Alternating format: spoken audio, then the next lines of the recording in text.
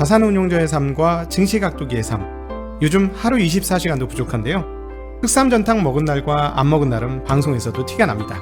잃지 않는 건강 흑삼전탕. 자, 오늘도 한 포 마시고 시작하겠습니다. 도기마을 분들도 이제 흑삼전탕으로 설계하세요.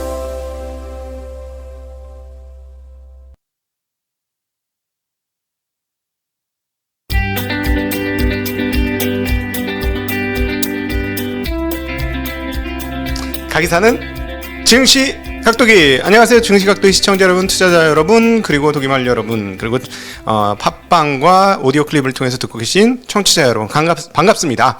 9월 마지막 날 9월 30일 미국 마감을 시작해 보도록 하겠습니다. 자, 오늘 매우 특별한 날이고요. 오늘 증시각도기 TV에서 현재 상황이 도대체 무슨 상황인지, 이 판때기는 뭔 판때기인지를 한번 하나하나 짚어 나가도록 하겠습니다. 일부 뇌피셜이 있습니다만 대체적으로 데이터에 근거한 뇌피셜이니까 그렇게 이제 감안해서 들어주시면 감사하겠습니다. 네. 그 모두의 그 흑삼전탕 선전을 하면 누구 한 명이 생각나. 우리 저기 출연진 중에 아주 경사가 생겼어요. 흑삼전탕 먹자마자 야 끝내줘. 네, 하여튼 네, 그렇습니다.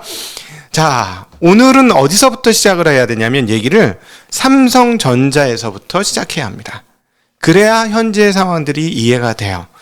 삼성전자가 올해 사실 굉장히 기대하고 시작했던 부분이 하나 있었는데 의외의 상황이 벌어진 영역이 있었습니다. 어디예요? 삼성전자의 휴대폰 사업부, 즉 삼성전자의 IM 사업부입니다. 이쪽이 정말 놀라운 일이 벌어졌는데요. 왜 그러냐면 여러분 아시다시피 지금 하웨이는 거의 이제 3억대 팔겠다고 했던 바로 그 시점에 미국의 제재를 받으면서 어떻게 됐어? 접었습니다. 사업을 접었어요. 왜?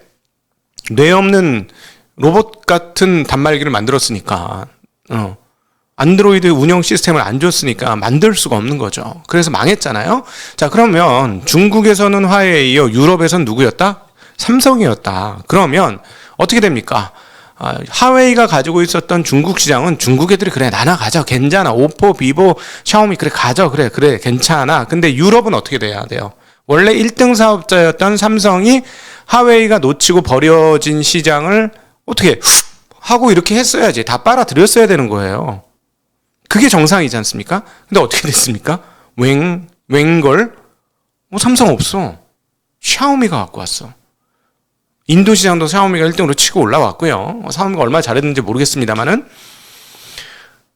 이건 좀 아니잖아요. 이건 좀 아닌 거예요. 뭐가 좀 이상하다라고 했었는데 제가 그저께 우리 김놓고 연구원하고 만나면서 그 의문이 해소가 되었습니다. 그래서 현재의 이 매듭들이 좀 풀려 있습니다. 그래서 김놓고 연구원한테 상당히 감사를 드리고요. 자, 어떻게 UMC에서 받아야 될 칩을 제대로 못 받았기 때문에 부품 조달의 실패로, 그리고 뭐 다양한 칩들이 있으니까 정확히 몰라요. 그것도 김놓고 연구원도 뭔가 받아야 되는 걸 못 받았어. 재료를 못 받아서 제대로 못 만드는 거야. 그래서 제대로 제타임에 물량을 공급을 못해서 시장을 못 갖고 왔어요. 자, 이게 핵심인데, 자, 삼성전자가 어떤 회사인지 한번 짚고 넘어가 볼까요? 삼성전자는 세계적으로 공급망 관리를 잘하는 회사입니다. 아닙니까? 아닙니까? 에? 개인적인 감정 내려놓고, 삼성에 대한 개인적 호 내려놓고 그냥 그대로 한번 따져보자고. 삼성전자 어떤 회사예요? 메모리 반도체 업계가 수십 개였어요, 옛날에. 메모리 반도체. 근데 어떻게 됐습니까, 지금? 싹 다 망했지. 싹 다. 누구 때문에? 삼성 때문이지. 삼성 때문에 싹 다 망한 거 아니에요. 얘네들이 쥐락펴락 이걸 얼마나 잘해요. 이제 돈 좀 벌어봐 이러면 얘네가 물량 쫙 풀어갖고 싸게, 자기네는 남으니까 쫙 풀어가지고 또 적자야. 그 다음에 또 적자야. 이렇게 그냥 접자. 이렇게 해서 다 접은 거 아니에요, 메모리 업체들이. 삼성전자가 그렇게 만든 회사 아닙니까? 그러니까 삼성전자는 글로벌 공급망 관리에 있어서는 강자라고 얘기하면 되겠어요. 아니, 휴대폰 1등 괜히 했겠습니까? 엄청난 회사지. 잘하는 건 잘한다고 인정을 해야 되네. 잘했으니까 세계 1등 간 거, 아닙니까? 근데 그 회사가 공급망 관리에 허점을 드러낸 사건이에요, 이번에. 그쵸? 허점을 드러낸 사건이에요. 이게 폴더까지 이어지고 있는 거죠, 지금. 폴더까지. 자, 그러면 뒤집어서 한번 냉정하게 한번 생각해 보자는 거야. 삼성이 이럴 지경이면 글로벌리하게는 어떻게 했느냐는 거예요. 글로벌리하게. 마찬가지라는 얘기입니다. 무슨 얘기냐? 제가 이걸 삼성을 높여주는 얘기 아니고 삼성이 못했으니 다 못하고 있다라는 겁니다. 근데 어디까지 못해? 이번에 우리가 알게 됐는데 어디까지 못해? 연준도 못해. 무슨 말이냐면 글로벌 공급 적체 현상이 공급망 병목 현상이 예상을 완전히 벗어났다라는 거예요. 예상을 완전히 벗어났다. 그래서 이게 연준의 수많은 그 세계 최고의 천재들이 모여 있는 집단인 연준조차도 이거를 예상하지 못했다는 거예요. 근데 이걸 뒤집어서 또 보면 왜 이랬을까? 우리가 몰랐던 일이 벌어져요. 팬데믹이 어떤 파장 효과를 일으킬지를 몰랐던 거지. 백신 맞으면 다 나아, 끝나, 괜찮아, 다시 다 정상화 될 거야 라고 생각했는데 사람이라는 게 그렇습니까? 사람이라는 게 되게 복잡하죠. 저는 이번에 저 같은 경우는 조금 아니한 사람이니까 그래? 감기 아니야? 심한 감기. 근데 사람이 막 죽어나가. 이거 웬일이야? 깜짝 놀랐어. 그래서 사실 초기 대응 실패했잖아요, 제가. 19년, 작년도 초반에 2월 달에 멍하니 봤다가, 이상한데 뭔가 좀 많이 이상한 것 같은데 하다가, 우리나라 그 교회에서 터지고, 이거 좀 심각한데 하다가 그냥 끝났지. 그래서 당했잖아요. 죽는 줄 알았습니다. 그거 좀 더 이어졌을 줄 아마 죽었을 수도 있어요. 물론, 잘 버티니까 결국 살아났겠지만, 어쨌든, 근데 어떤 사람들은 집 밖에 나오지도 않았어요. 문을 꽁꽁 걸어 닫고 집 밖에 나오지도 않았어요. 이게 무슨 말이냐? 사람마다 다 달라요. 그러니까 사람마다 다 다르게 대응하기 때문에 이 팬데믹의 그 뒷단이 어떻게 일어날지를 기존의 경제적인 흐름이나 그동안의 통계치를 가지고 예상을 하면 이렇게 될 거야 하고 했는데 그게 마저 틀려. 안 맞다는 거죠. 그래서 오늘의 이 사태가 결국은 따져보면 팬데믹의 후폭풍인 거고 그 중에 가장 강력하게 지금 뚜려 맞은 데가 글로벌 공급망 타격이에요. 그러니까 이걸 또 뒤집어서 또 보면 어떤 상황이었냐면 세계적으로 지금 우리는 어떤 상황이 있었느냐? 글로벌 공급망이 매우 타이트하게 움직이는 상황 속에 있었다라고 해석해 볼 수 있죠. 너무 모든 게 딱딱딱딱 맞아 떨어지게 몇십 년을 갔다 왔으니 이게 약간 틀어지는 거에 대해서 적응이 전혀 안 되는 상황인 거예요. 예. 그러니까 네. 그러니까 이게 지금 부메랑으로 돌면서 희한한 판때기가 만들고 있죠. 지금 미국 서부 연안에 둥둥 떠 있는 배가 60척이 넘는다고 합니다. 둥둥 떠 있는. 그리고 그 IT 애널들이 미래 예측을 못 해요, 지금. 왜냐면 김노크 그 애널도 그랬잖아요. 자기 평생 12년, 13년 경력에 이런 상황 처음 본다. 근데 이거는 뭐 김노크 연구원만 처음 보나? 20년이 되면 처음 안 보나? 저도 처음 보는데 이런 게 있을 수도 있구나 하고 다 처음 보는 상황이에요. 그러니까 연준이 지금 당황한 거예요. 지금 현재 상황에 대해서. 왜냐하면 자기네 기본적인 통계와 그동안의 공부 상황을 보고인데 천재들이 모여서 판단을 해보니까 이 다음번은 이렇게 될 거야. 일시적일 거야. 당연하지 뭐. 우리가 한두 번 봤어? 했는데 아니야. 띵. 이거 뭐지? 멍미? 이런 상황이 된 거죠. 이런 상황이. 사실은 사람이 만드는 세상은 모르는 거예요. 자, 제가 이제 이번 주 말고 다음 주 주말이나 다음 주 그 휴일 되는 그 월요일 날 독일 책방으로 여러분에 나갈 책에 대한 재미난 내용 잠깐 이거 뭐지? 뭐 드린다 그러지? 암시를 드리면 참 영어와 외국어가 많아서 다 알 수가 없다. 저도 어쨌든 그거를 잠깐 드리면 리먼 사태가 왜 일어나는 줄 아십니까? 리먼 사태가요, 걔들이 한국의 IMF 사태를 터트려가지고 일어난 거예요, 여러분. IMF 사태 그렇게 심하게 안 했으면 리먼 사태 안 일어날 수도 있었어요. 근데 IMF 크게 터트리고 나니까 지들한테 부메랑 간 게 2008년도 금융공황이었다. 라는 얘기를 다다음 주에 말씀드릴게요. 이것도 되게 재밌어. 재밌겠지? 네. 기대해 주세요.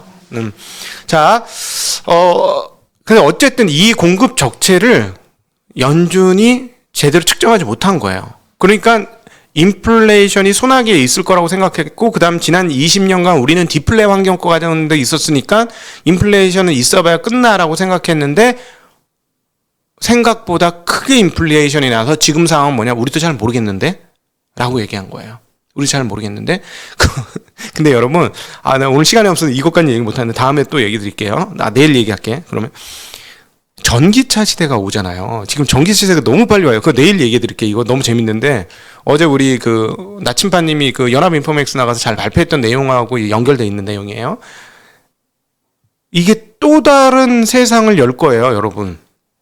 이 글로벌 공급과 또는 글로벌 기술주 체인과 그로 인해서 인플레 디플레 상황에 대해서 또 다른 엄청난 혁명적 변화를 일으킬 거예요. 그거는 이제 내일 얘기하고요. 이제 시간이 없으니까 다시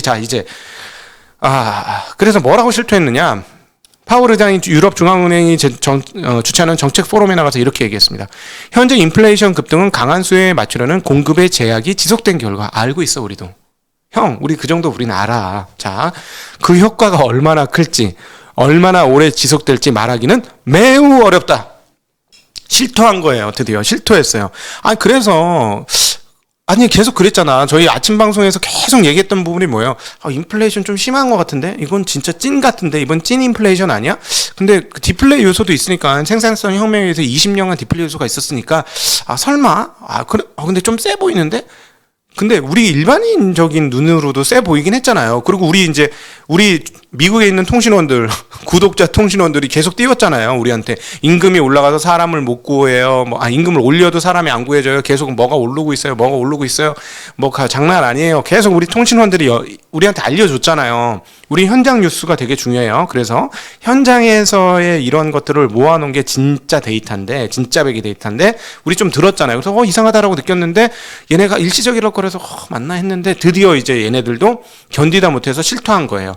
그 효과가 얼마나 클지, 얼마나 지속될지 말하기는 매우 어렵다 라고 얘기했어요. 생각이 바뀐 거죠. 그러면서 공급망 병목 현상에 따른 현재 물가 상승세가 내년 오늘은 다 이것 때문이야. 내년까지 지속할 것이며 우리가 생각했던 것보다 더 오래 유지될 것. 그럼 그 전에 그렇게 얘기하지 말았어야지. 좀 느낌이 왔을 때. 이렇게 얘기하셨어요. 이렇게 얘기하시면서 어떻게 됐습니까? 자, 이게 그러면서 금리를 폭발시켰고, 금리를 폭발시킨 게 뭐를 폭발시켰어? 달러를 폭등시켰습니다. 달러 지금 엔화 대비 폭등이에요. 제가 말씀드리지만 주식 시세는 한 3%에서 5% 정도 이상 움직여야 폭락을 얘기하는 게 맞지만, 아니면 그 안에는 급등이지만, 무슨 놈의 환율이 하루에 0.6, 0.7, 0.8 이렇게 움직여요. 이거는 폭등이야. 폭등이에요. 굉장하죠. 굉장한 폭등이에요. 하루에 전체 나라의 부가 0.5%씩 움직이는 게 세상에 어디 있습니까? 그럼 폭등이지. 근데 더 그 이상 움직였으니까. 어제도 움직였잖아요. 그러니까 지금 작년 이래, 그리고 이제 조금만 더 오르면 몇 년 이래 최고가 이런 거가 지금 나올 상황이죠. 어쨌든 연준이 기대 인플레이션 상승 여부를 모니터링하고 있다라고 얘기했고요. 지금은 그런 증거가 보이지 않지만 만약 더 높은 인플레이션을 보게 된다면 FOMC는 확실히 대응할 것이고 정책 수단을 사용하는. 여기서 정책 수단 뭡니까? 이러니까 시장이 발발 떠는 거. 금리 인상할 거다라고 생각을 하는 것이죠. 안 한다며. 1년 동안 안 한다며. 자, 이래서 놀랬는데, 그러나 자, 여기까지 얘기하면 여러분 너무 놀랄 거니까. 너무 상황이 웃기잖아요. 지금 현상이 어떻게 되는지 상황이 되게 웃기는 거라서 이제 이렇게 말씀을 드린 거고요. 일단 오늘 단기 금리는 떨어졌습니다. 자, 여기서부터 시작해야죠. 현재 오늘의 시장에 대한 해석은 일단 놀란 건 맞아. 놀란 건 맞고, 금리가 오르니까 기술주들 떨어졌고, 어제 디램 전망이 꺾이면서 마이크론 테크놀로지가 외에서 4%까지 빠졌다가 이제 오히려 올라서 2% 마이너스로 끝났고, 반도체 지수 떨어졌고 금리 올라가면서 기술주 몇 개 떨어지니까 나스닥은 떨어졌어요. 그리고 장 막판 직전까지는 오르락 했는데 막판에 좀 밀렸어요. 그런 게 있긴 하지만 지금 다우하고 S&P는 좀 올랐습니다. 그래서 어제 말씀드렸던 거, 이거 잘하면 분위기 바뀝니다. 미국 시장에서 분위기 바뀔 수 있어요 라고 말씀드린 거예요. 기존에 이제 그 장기 성장에 대한 기대감이 한풀 확 꺾일 수 있다라는 점에 대해서 말씀드린 거고, 그래서 업종이 바뀔 수 있다라는 거 말씀드린 거예요. 그래서 그동안에 미국 시장 되게 편했죠. 전망에도 편했고 다 필요 없고 빅테크예요 이렇게 얘기하면 되게 편했잖아요. 근데 그게 약간 바뀔 수도 있어요. 그러나 빅테크를 꼭 나쁘게 말할 수는 없어요. 얘네들 실적 워낙 좋기 때문에. 그럼에도 불구하고 주도적인 흐름들은 좀 바뀔 수 있다는 건 분명히 짚고 넘어가야 되는 대목입니다. 그런데 오늘 시장에서는 여러분들에게 드릴 수 있는 말은 뭐냐면, 오늘은 금리가, 단기 금리는 떨어졌어요. 떨어졌어요. 장기 금리가 다시 1.55까지 갔다가 얘도 이제 다시 밀려서 1.24. 어제 우리 오후장에서 말씀드렸던 근처까지 다시 내려왔어요. 그러니까 뭐냐면 모든 퀀트의 기본 베이스가 그잖아요. 퀀트 투자하는 사람들의 기존 베이스가 뭐냐면 다시 복원된다. 평형의 원리, 평형된다. 뭐가 크게 문제가 생겼으면 다시 돌아온다. 이런 거잖아요. 그러니까 그게 이제 실제로 있죠. 없는 게 아니에요. 그래서 갑자기 한쪽으로 튀면은 원래 있었던 자리에 되돌리려고 하는 성질들의 자연계의 법칙이기도 하죠. 그래서 금리도 이렇게 갑자기 팍 튀었기 때문에 되돌릴 건데요. 되돌릴 건데 일단 단기 금리가 오르지 않았다는 건 오늘은 좀 보셔야 될 것 같습니다. 이게 무슨 말이냐면, 금리 인상을 할 것이고 조만간에 금리 인상을 할 것이라고 하면은 장기 금리도 움직이겠습니다만 단기 금리 어떻게 될까요? 단기 금리가 더 대응을 해야죠. 내년도에 금리 올린다는데 그러면 1년 뒤에 있다가 2년물 국채 금리가 콜 금리보다 낮아? 그럼 말이 돼요, 여러분? 2년물 국채 금리가 내년도에 콜 금리보다 낮으면 되겠어요? 안 되겠죠. 그럼 금리를 올린다고 시장이 굉장히 민감하게 반응했다면 단기 금리도 올라서야 된다는 거 아니겠냐는 거예요, 제 얘기는. 그렇기 때문에 그런 측면에서 금리가 떨어졌다는 건 이제 숨고르기를 들어갔다, 일단은. 근데 우리한테 표현되는 건 그 숨고르기 들어가기 직전의 상황들이 우리한테 지금 펼쳐진 것이다 라고 현재 판때기를 읽어내시면 될 것 같고, 특별히 환에서는 더 그랬는데, 환에서는 이럴 수밖에 없는 게 딴 애들이 너무해. 그러니까 유럽, 일본 이런 쪽의 애들이 같이 돈을 너무 많이 풀어가지고 GDP 대비 돈 푼 양 이런 거 따져보면 미국보다 더해요. 그렇기 때문에 달러 대비 강세로 갈 수 있는 요인이 그렇게 많지는 않다는 것이지. 그리고 또 인플레이션 쪽으로 생각해보면 인플레이션 미국도 지금 이거 뭐지 하지만 유럽도 장난 아닙니다. 유럽은 여러분 잘 아시다시피 우리가 바이마르 공화국 이래로 인플레이션 쪽에 굉장히 민감한 지역이에요. 그럼에도 불구하고 인플레이션이 지금 상당히 나고 있다라는 거는, 그러니까 쉽게 얘기하면 뭐냐면 이렇게 표현할 수 있죠. 유럽의 1%는 미국의 1%하고 다르다. 유럽에서의 인플레 1%는 미국의 인플레 1%보다 훨씬 강도가 센 거다라고 보시면 돼요. 학을 뛰는 애들이잖아. 학을 뛰는. 그러니까 우리 할아버지가 왜 망했냐면 말이야, 우리 할아버지가 원래 엄청나게 잘 사는데 말이야, 갑자기 그때 똥값이 돼가지고 엄청나게 돈이 많았는데 다 거지가 됐어. 이 스토리를 거의 대부분의 사람들이 갖고 있잖아요, 지금 독일에서는. 우리 왕년에 왜 옛날 얘기도 우리 할아버지 때는 엄청 잘 살았는데 말이야, 이런 얘기가 왜 그렇게 많은지 몰라. 근데 하여튼 너무 길어지니까 다시 이렇게 자꾸 생각이 옆으로 가네. 다시 돌아와서 그런데 지금 유럽도 인플레이션이 상당하기 때문에 유로화가 달러화 대비 강세가 될 수 있는 요소가 그렇게 강하지 않다라는 거예요. 그래서 달러가 이렇게 쭉쭉쭉 뽑아내는데 제어 장치가, 장애물이 별로 없는 게 지금 상황이다. 그러나 어쨌든 금리가 지금 이후로 떨어지고 있으니 달러의 강세 폭도 숨고르기를 하는 게 맞을 것 같다라는 생각은 일단 갖고 있는데, 어쨌든 지금 1년 내 지금 최고치 수준으로 달러 지수가 세게 올라왔습니다. 네, 작년도 9월달 이후 지금 최고치로 올라왔습니다. 자, 파월 의장 발언 봤고요. 이제 시간이 없으니까 빨리 정리할게요. 하커 총재도 패트릭 하커 총재죠. 연준 총재 발언했습니다. 나는 천천히 그리고 체계적으로 솔직히 지루하게 매월 1,200달러 규모의 자산 매입을 축소해야 할 시기가 곧 시작될 것이라고 믿는 진영에 있다라고 얘기했고요. 첫 금리 인상 시기는 내년 말이나 23년 초가 될 것이라는 언급을 하셨습니다. 그리고 부채 한도 상향 조정이 이루어지지 않으면 위험하다라는 얘기 하셨고요. 부채 한도 상향 협상은 조금 숨고르기로 넘어갈 것 같습니다. 척 슈머 민주당 상원 원내대표께서 이 법안을 빠르게 승인해서 하원으로 보낸 후 내일 자정이 되기 전에 대통령의 책상에 가져다 놓을 수 있을 것이다라고 얘기했는데요. 해결해야 할 문제가 너무 많지만 지금 당장 미국인들에게 가장 필요하지 않는 것은 정부의 셧다운이다. 그래서 셧다운을 막겠다라고 이야기하셨습니다. 8월 펜딩 주택 판매가 있었는데요. 8.1% 상승입니다. 와, 장난 아니죠. 그러니까 우리가 계속 부동산 보면서 이거는 인플레 맞는 거 아니야라고 얘기했었는데 8.1% 상승했고 시장 예상치 1.2%였어요. 주간 모기지 신청 건수는 전주보다 1.1% 감소했습니다. 실질적인 금리가 올라가게 되면 모기지는 다시 줄어들 수도 있겠어요.